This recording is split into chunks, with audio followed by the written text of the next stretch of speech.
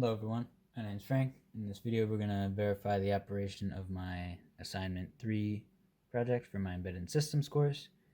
The task was to measure the RPMs of a motor using a shaft encoder. This project is an extension of the first two. The first project where we took in a analog input and measured it exactly. In that one particularly we measured the voltage coming in and determined the angular rotation of the potentiometer based on that.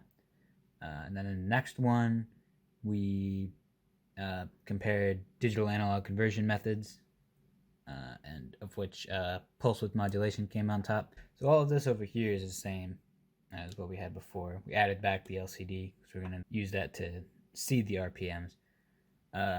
So what's new is over here. We have the motor from before with a popsicle stick added at the end and duct tape at one end, making it longer, and at the other end to balance it out. I'll get into that. Why I have this set up. This guy here sends a output when there is nothing between these two posts. So when this moves between it, now there's no output. And using this property, we can get a period, and then from that period calculate the frequency, and from that frequency calculate the RPM of our motor.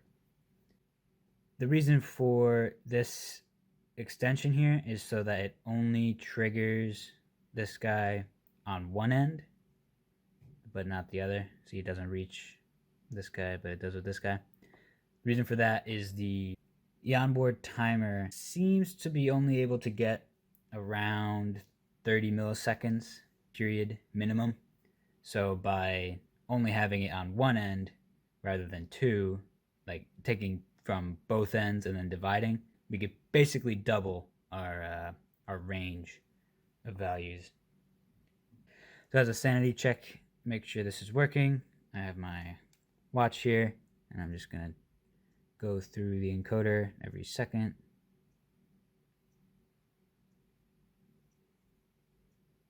And you can see